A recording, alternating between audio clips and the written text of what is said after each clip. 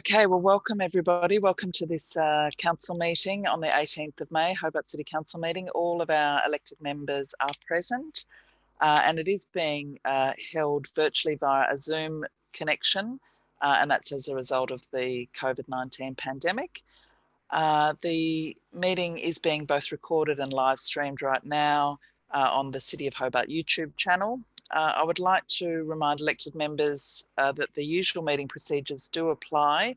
However, there's a few changes to our practice because we are operating online. So if you wish to speak to a motion, please use the raise hand feature. And if multiple elected members raise their hand, the system will identify who did it first, and I'll recognise the elected members to speak in order of your raised hand. When you're not speaking, if you wouldn't mind keeping your microphone muted, just to reduce the background noise. To move or second a motion, elected members, I will actually ask who'd like to move it and who'd like to second it, but you could again use your raise hand feature and I'll recognise the mover and the seconder of the motion for the purpose of the minutes and those viewing online. At the conclusion of the debate of each motion, I will put the motion and ask each elected member in turn how they would like to vote on that motion. So we're going to do that. We've only got 2 items tonight, so we'll run through that. But if there are procedural motions, we're not going to run through the entire list. I'm just going to ask if anyone is against the motion for a procedural motion. And if there's no response, then we'll consider that the motion will be carried unanimously. So as I said, there's only the 2 items tonight, so it hopefully we're still all getting used to it, but hopefully we'll be continuing to learn how to use these online tools as we go. Okay, so everyone is here. As we said, there's no apologies, there's no leave of absences. I would like to, in recognition of the deep history and culture of this place, I wish to acknowledge the traditional custodians of the land upon which the City of Hobart was built. I acknowledge the determination and resilience of the Palawa people of Tasmania, who have survived invasion and dispossession and continue to maintain their identity, culture and rights. So item 1 is any indications of pecuniary or conflicts of interest. Are there any elected members who wish to declare and indicate an interest in any item appearing on one of the 2 items tonight? I can see no hands raised, so we'll move on. So we are now moving into city planning, and that means the council is acting as a planning authority. And I will invite the chair of the planning committee, Deputy Lord Mayor, to open item or introduce item 2.1. Deputy Lord Mayor, if you'd like to unmute yourself and do that. Yeah, thank you, Lord Mayor. This is a development application for 90 Melville Street and 127 Bathurst Street, Hobart, and the adjacent road reserve for demolition and new building of 55 multiple dwellings, food services, business and professional services, general retail and hire and associated works within the adjacent road reserve. I'll move that. And okay. Is there would someone who'd like to second that? Jax has raised. Sorry, Jax has raised her hand. Their hand. So that's seconded by Councillor Ewan. Sorry. Yes, continue, Deputy Lord Mayor. So this application, Lord Mayor, received a number of representations, but essentially it's the proposal, as I said, was demolition of the existing building, and over 11,703 square metres of floor area altogether will be a grouping of buildings with 6 elements: the main forms of the street fronting, podiums, and 2 larger setback elements with a maximum height of 30 metres, although the zone is the height to that zone is around 15 metres, with an additional enclosure for the lift, overrun and plant. There are a number of stories, so from 5 at the podiums at the front to 9 levels above ground, with 3 underground levels for car parking, bicycle parking, storage, and a lot of the plant will be underground, which will be a good design feature rather than on the street frontage. Downstairs will be the cafe and commercial tenancy, and if you're looking from the street front to the right, there will be a laneway, or effectively a blind laneway to begin with, but could potentially connect to Bathurst Street, a feature which did get the tick of approval from the placemaking team, I believe, but certainly this application has been considered by the Urban Design Advisory Panel, and their suggestions was that it was a suitable building in this part of the city. Among the discretions, there's central business zone development standards, height and design, potentially contaminated land. It's been a wood yard over the years and a car park.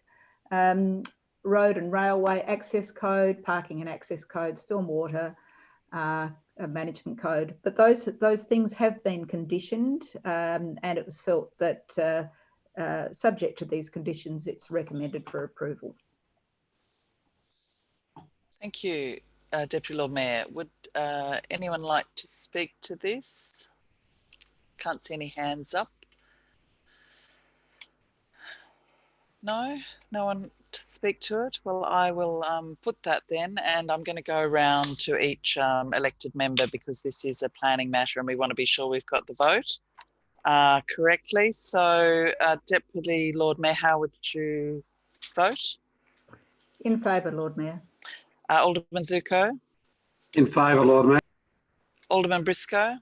In favour, Lord Mayor. Alderman Sexton? In favour, Lord Mayor. Alderman Thomas? In favour. Councillor Harvey? In favour. Alderman Barakis? In favour, Lord. Councillor Dutta? In favour. Councillor Ewan? For. Councillor Sherlock? Supporting it, Lord Mayor. Councillor Coates? In favour. And myself in favour. So, General Manager, that's a unanimous vote? That's a unanimous vote, Lord Mayor. Okay, thank you.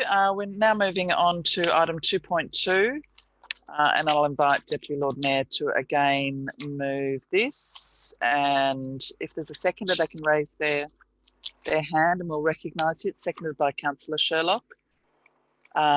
So, Deputy Lord Mayor. Sorry, Lord Mayor, are we talking about the major projects bill? Oh, sorry, yes, it's that item 3. I don't have item 3, sorry. Yeah. Yep, no worries. Lord Mayor, this is a suggested response by council officers. The recommendation is that we write a response in relation to the major projects amendments to. So, as you're aware, there has been a push by the state government to introduce the major projects legislation to replace the projects of regional significance legislation.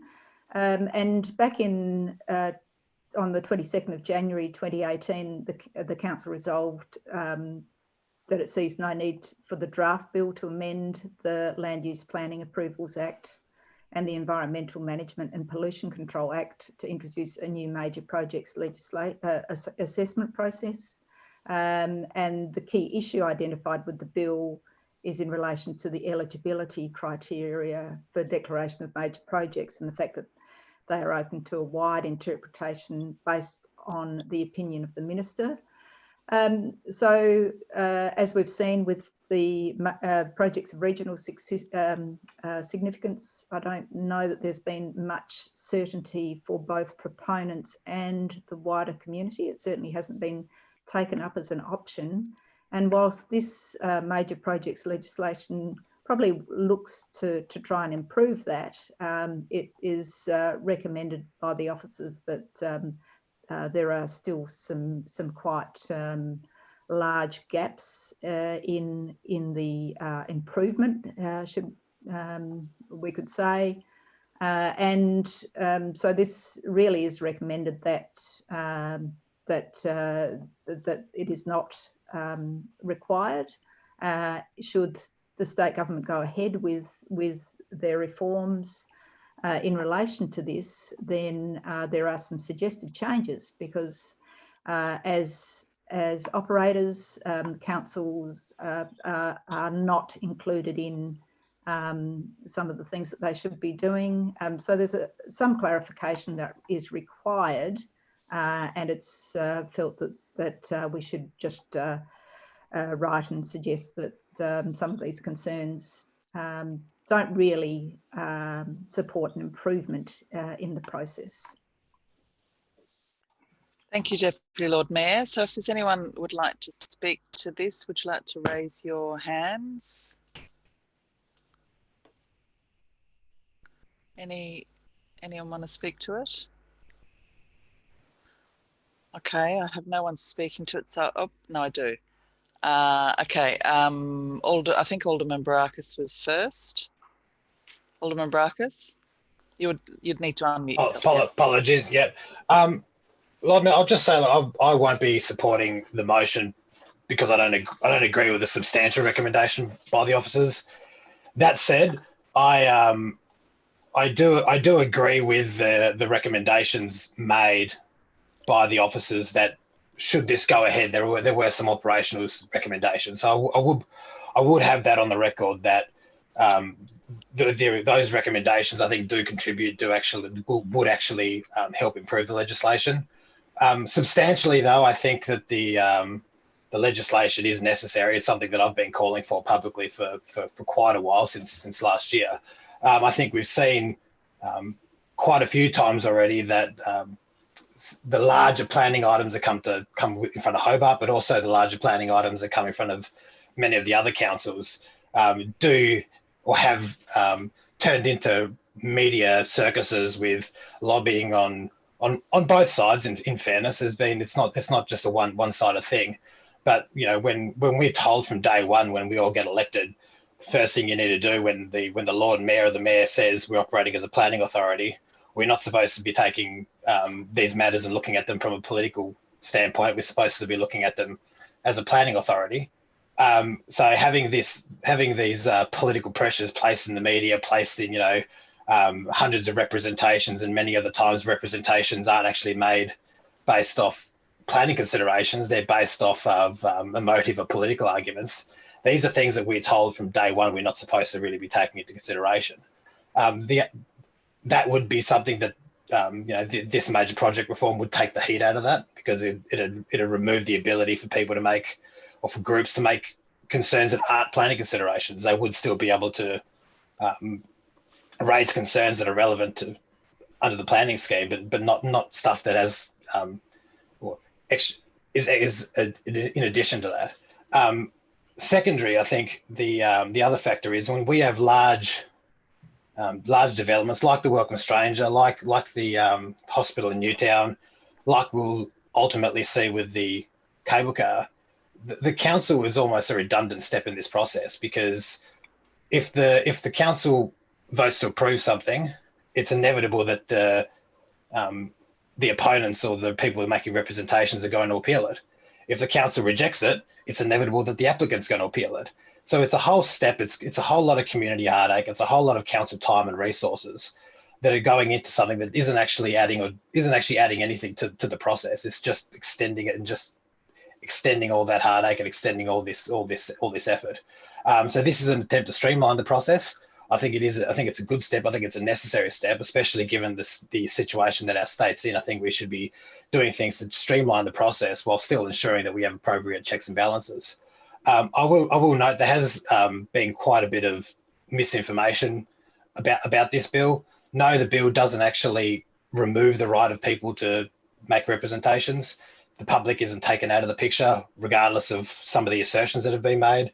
And no, the decisions haven't been made in any way, shape, or form before people are given the opportunity to make a representation. All this is doing is having the assessment made by an independent panel appointed by the Planning Commission, rather than elected members of the local council. And that does, I think, especially in those really large, really complex cases, take some of the political heat out of a decision that shouldn't be made based on political grounds. So I'll leave it there, but I will be respectfully voting against the recommendation. Thank you, Alderman Barakis. I can see Councillor Dutta has his hand raised. So Councillor Dutta. Lord Mayor, I have a question. And the question is, under the draft bill, if permit is granted, does the normal development permit processes under the Land Use Planning and Appeals Act 1993 section 51 still apply or not? Through you to the director, please. Mr. Noy, did you want to answer that? Yes, Lord Mayor. Look, it's a different permit under a different. So if you just bear with me on that, I'd just like to refer to the Act just to familiarise myself with section 51.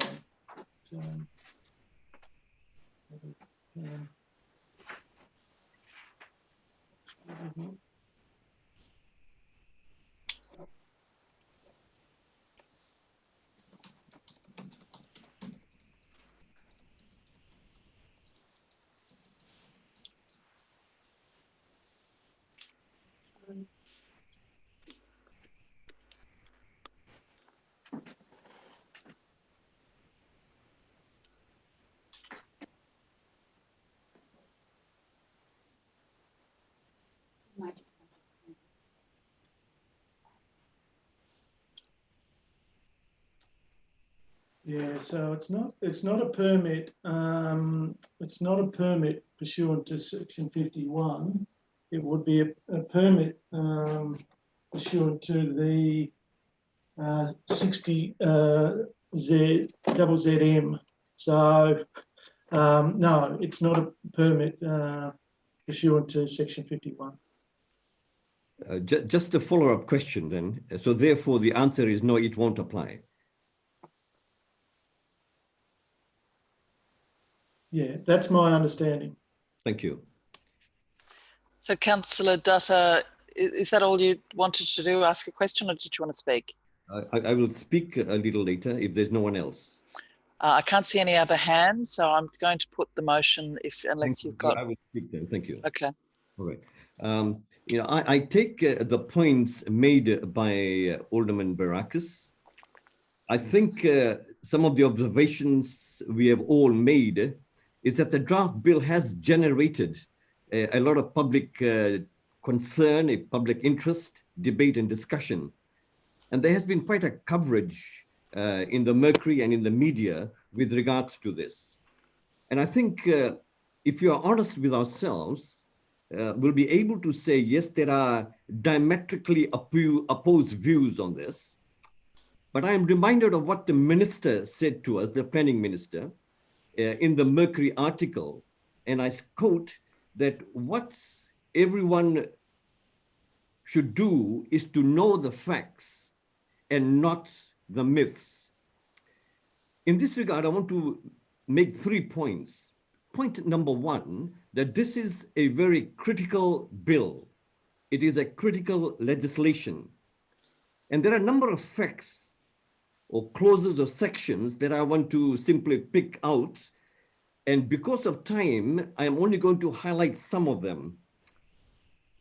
Section 60F, which states about the anticipated effects.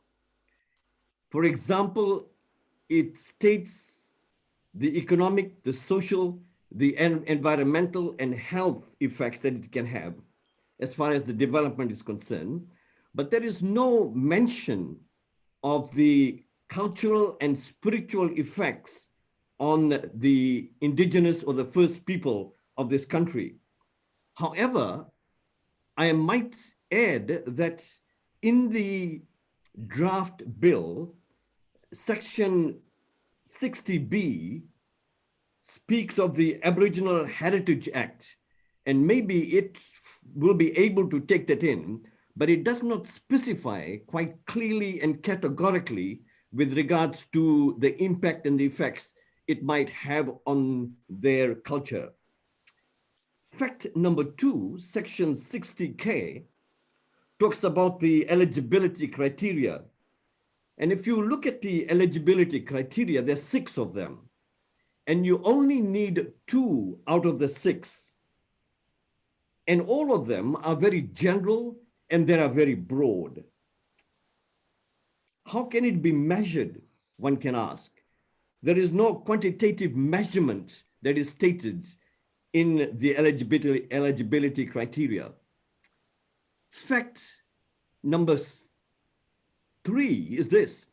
Section 60R refers to the relevant regulations. And it appears, and it's my understanding, that the municipal councils are not relevant regulators in some of these areas. And the final point I want to make, again, because I'm constrained for time, there is no right of appeal.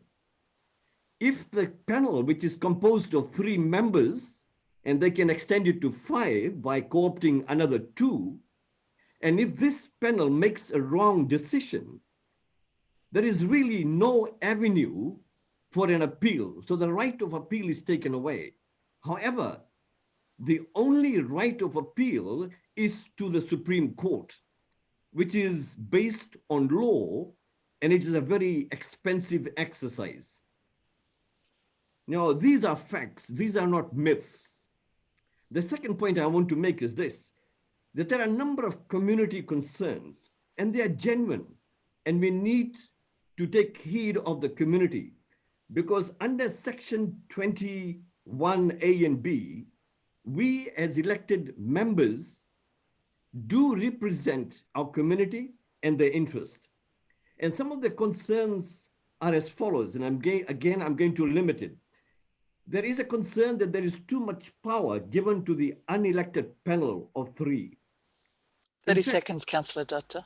May I seek an extension of about 3 minutes, please? Okay, are there any objections to the extension of time? You'd have to raise your hand. Sexton objects. Okay. Zuko object. All right, so I'll have to put that to a vote then. I'll support 1 minute. I have requested for 3. 3 minutes, yeah. Okay, if there's no other objections. Oh, so who seconded it? Councillor Burnett. Okay. 1 minute, not 3. Okay. One moment, please. So I've got 3 minutes from Deputy Lord Mayor, seconded by who? Please raise your hand. Councillor Harvey. Okay, so I'm going to have to put that to the vote because I'm getting mixed messages from everyone. So I'm just going to very quickly around. Deputy Lord Mayor, you're for the 3 minutes. In favour. Alderman Zuko. Against. Alderman Briscoe. Against, but would be for 1 Alderman minute. Sexton. Against. Alderman Thomas. Against. Councillor Harvey. In favour. Alderman Baracus. Against, Lord Mayor. Councillor Dutta. For. Councillor Ewan. For. Councillor Sherlock. For. Councillor Coates. Against. And myself, I'm for. Lord Mayor, that's 6-all, so it's lost. Okay, so... I'll move 1 minute, Lord Mayor. I'll second that, Lord Mayor. Councillor Dutta, are you happy with 1 minute? Because I'm not really going to. I have no choice but to take the minute, and I will cut the points that I've got to make on community concerns, and I will move and try and use that 1 minute. Thank you so much. Okay, look, I'm not going to go around to everyone, but if there's anyone against the 1 minute, please raise your hand now. Okay, there's no objections to the 1 minute, so Councillor Dutta, go ahead, please. There are quite a number of community concerns, and I don't have the time to go on, but we are all aware of it. And point number 3 is this, that the council staff have made a recommendation. This same bill came to the council on the 22nd of January 2018 about the issue there was very clear. A vote was taken and only one elected member voted against it. And the recommendation was very much the same. It stated that there was no need for this bill. Now, the question is, why is it that there is no need for the bill?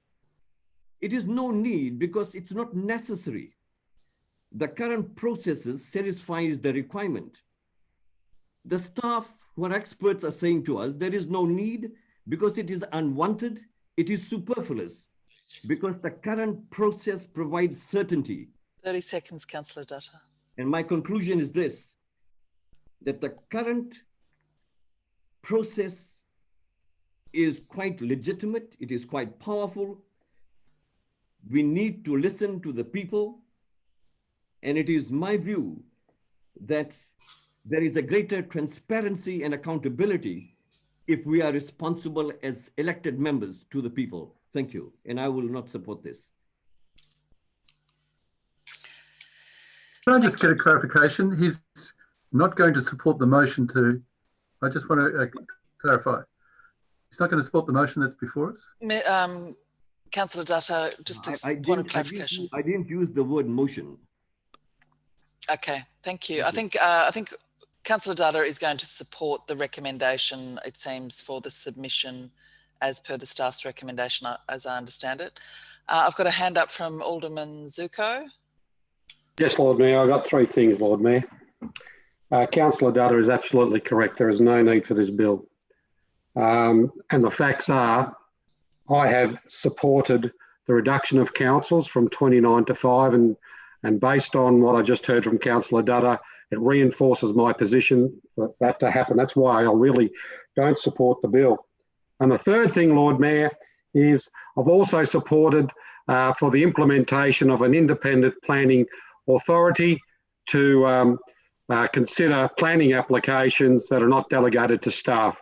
I stick by that. That's why we don't need the bill. What we need to do is get rid of councils. Thanks very much.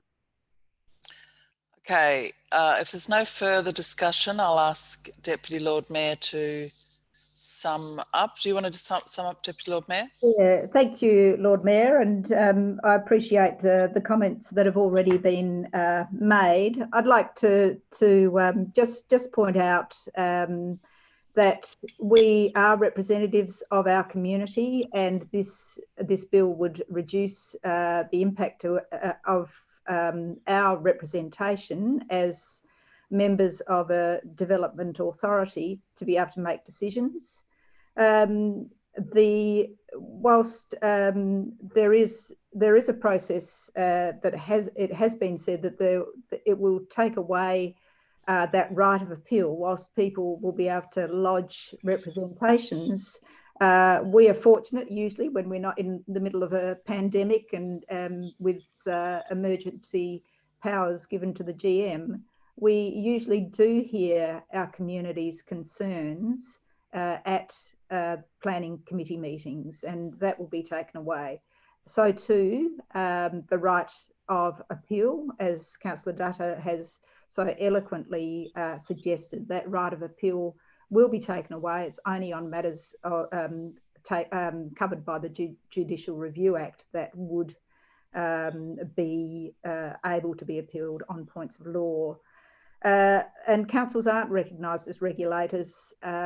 So the comments about lobbyists, we have lobbyists from all stripes, lobbying councils we are there to represent our communities, and that's a fundamental of the Tasmanian democratic process. So the flawed projects of regional significance and this major projects legislation should not be supported, and I strongly recommend that you vote in favour of this recommendation. Thank you, Lord Mayor. Okay, we're going to go around and just see what your vote is. So the recommendation on the agenda, it's quite a long recommendation, close to 3 pages. So I'm just going to, that was moved by Deputy Lord Mayor and seconded by Councillor Sherlock, I think. Yep. All right, so we'll go around now. So Deputy Lord Mayor, how do you vote? In favour. I think it was Councillor Ewan who supported it. Oh, sorry, no. Alderman Zuko, how do you vote? Against, Lord. Alderman Briscoe, how do you vote? In favour.